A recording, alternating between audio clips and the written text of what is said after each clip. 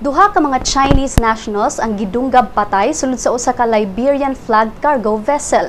Ang MV King nagbiyahe gikan sa Australia ug padulong unta sa China sa dihang sa paglabay niini sa kadagatan duol sa Zamboanga. Ang Chinese crew miradyo og nangayo og tabang sa Philippine authorities.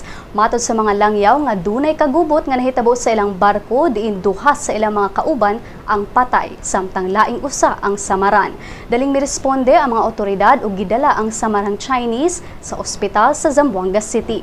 Matod ni Zamboanga Police Director Angelito Casimiro nga walay timailhan nga gisulong ang maong barko ug mga pirata. Apan padayon pa ang investigasyon, ilabi na nga nagkinahanglan sila og interpreter aron making istorya sa mga Chinese nationals ug aron mahibaw-an kung unsa ang nahitabo sa ilang barko.